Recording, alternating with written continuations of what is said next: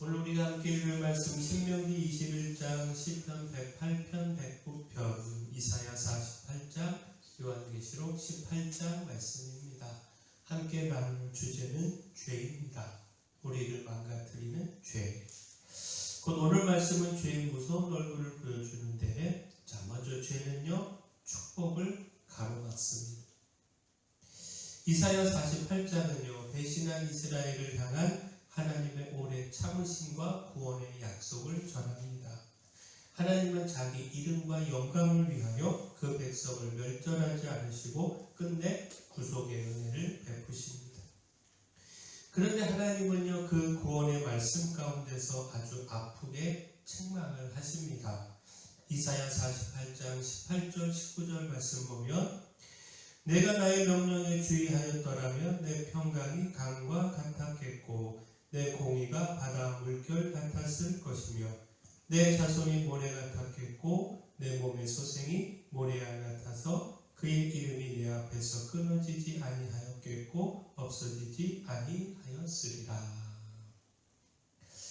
나의 명령에 주의하였더라면, 곧 말씀에 순종했다면 누렸을 그 평강과 번성과 축복에 대하여 말씀하고 있습니다.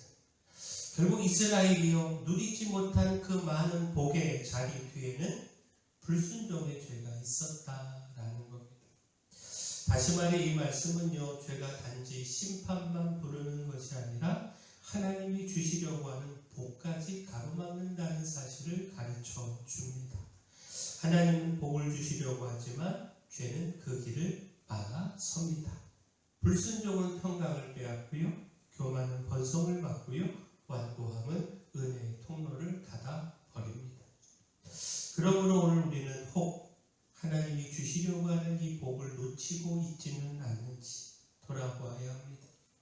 우리는 쉽게 상황이 문제라고 말하지만 사실은 내 안에 죄가 문제일 수 있습니다. 그러므로 죄를 붙들고 복을 구해서는 안 되고요, 죄에서 먼저 돌이키는 것이 우선 되어야 합니다. 말씀에 순종하는 것이 축복의 길입니다. 또한 죄는요, 복을 가로막을 뿐만 아니라 반드시 심판으로 이어집니다. 시편 108편은 하나님을 찬양하며 도움을 구하는 다윗의 기도이고, 시편 109편은 악한 대적의 죄를 하나님께 아뢰며 심판을 구하는 기도입니다. 다윗은 선과 사랑으로 대했지만 대적들은 악과 미움으로 갚았습니다. 그래서 그는 그들의 죄를 하나님께 맡깁니다. 시편 109편 14절 15절 말씀 보면, 여호와는 그의 조상들의 죄악을 기억하시며 그의 어머니의 죄를 지워버리지 마시고 그 죄악을 항상 여호와 앞에 있게 하사 그들의 기억을 땅에서 끊으소서. 이 기도는요, 결코 죄가 그냥 지나가지 않으며 하나님 앞에서 기억된다. 그 기억된 죄는 반드시 심판으로 이어진다. 이 사실을 보여줍니다.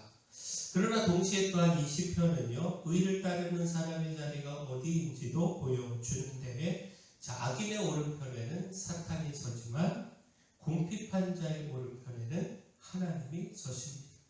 그렇게 다윗은요, 대적의 악 앞에서 똑같이 악으로 갚지 않고요, 나는 기도할 뿐이라 이렇게 고백합니다. 죄는 반드시 심판을 부르지만 믿음으로 드리는 기도는 하나님의 구원을 부른다라는 겁니다. 결국 무엇입니까? 우리는 억울함 때문에 쉽게 죄의 방식으로 반응하고 싶어집니다. 그러나 그럴수록 우리는 더 하나님께 나아가야 합니다. 죄를 붙들지 말고 기도를 붙들어야 합니다. 하나님 앞에 기억될 죄가 아니라 하나님 앞에 상달된 기도를 드려야 합니다. 이처럼 죄는요, 심판을 부릅니다. 그러므로 우리가 해야 할 일은 하나인데 속히 그 자리에서, 죄의 자리에서 떠나는 겁니다. 요한계시록 18장은요, 바벨론의 멸망을 보여줍니다. 화려하고 강해 보이던 바벨론이요, 부와 영화 사치로 가득했지만 하나님을 대적하고 죄악 가운데 서 있었기에 결국 한순간에 무너집니다. 그래서 하늘에서 음성이 들리는데 요한계시록 18장 4절에서 6절까지 말씀 보면 내 백성아 거기서 나와 그 죄에 참여하지 말고 그가 만들 재앙들을 받지 말라. 그의 죄는 하늘에 사무쳤으며 하나님은 그의 불의한 일을 기억하신지라. 그가 준 그대로 그에게 주고 그의 행위대로 갑절을 갚아주고 그가 섞은 잔에도 갑절이나 섞어 그에게 주라. 자, 죄를 멀리하라는 이 정도가 아니라 죄의 자리에서 속히 떠나라고 하는 명령입니다. 죄에 참여하면 죄의 심판에도 함께 참여하게 되기 때문입니다. 자, 결국 무엇입니까? 바벨론은요, 떠나기 아까운 곳처럼 보였을 겁니다. 많은 사람이 그곳의 부귀와 안락함을 포기하기 싫어했을 겁니다.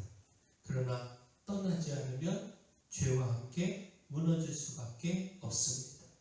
죄는 언제나 매력적으로 보이지만 그 끝은 재앙과 멸망입니다. 그러므로 우리가 지금 떠나야 할 죄를 머뭇거리면서 붙들고 있지는 않는지 우리 자신을 돌아보아야 합니다. 곧 하나님은요, 죄에서 조금 떨어져 있으라 이렇게 말씀하지 않으시고요, 거기서 나오라 분명히 말씀하십니다. 망설이지 말고 떠나야 합니다. 죄를 사랑하면 구원을 기대할 수 없습니다. 살 길은 오직 죄의 자리에서 나오는 겁니다. 마지막 죄는요, 방관할 수 없습니다. 곧 죄의 자리에서 나온 사람은요, 이제 자기 안에 남겨둔 죄도 방관하지 않고 하나님 앞에 가져가야 합니다. 신명기 21장은 범인을 모르는 살인에 대한 속죄와 또 사로잡은 여인과의 혼인, 장자의 권리 등에 대하여 말씀합니다. 특별히 범인을 모르는 살인에 대한 규례는 죄를 결코 가볍게 넘기지 않으시는 하나님의 뜻을 분명하게 보여줍니다. 곧 피살된 시체를 발견했지만 누가 그를 죽였는지 알 수 없을 때에도 그 죄를 그냥 덮어두지 말고 속죄의 과정을 반드시 거치어야 한다라는 겁니다. 신명기 21장 9절을 보면요, 너는 이와 같이 여호와께서 보시기에 정직한 일을 행하여 무죄한 자의 피 흘린 죄를 너희 중에서 제할지니라. 범인을 알지 못한다고 해서 죄가 사라지는 것은 아니고요, 나와 직접 관계가 없어 보인다고 해서 외면할 수 있는 것도 아닙니다. 결국 이 말씀은요, 죄를 결코 방관하지 말라고 하는 경고입니다. 처리되지 않은 죄가 우리 안에 남아서 더 큰 파괴를 가져온다는 겁니다. 그러므로 오늘 우리는요, 우리 자신을 돌아봐야 합니다.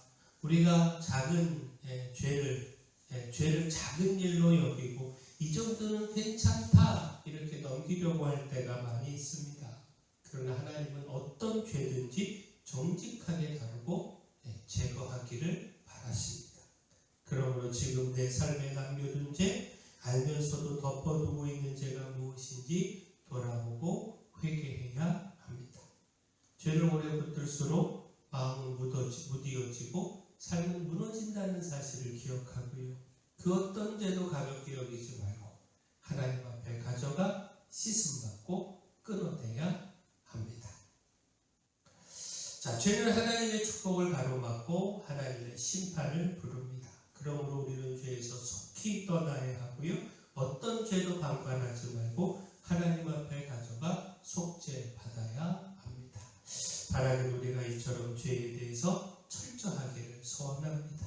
이를 통해서 자유함을 얻고요, 심판이 아니라 축복의 삶 살아가기를 소원합니다.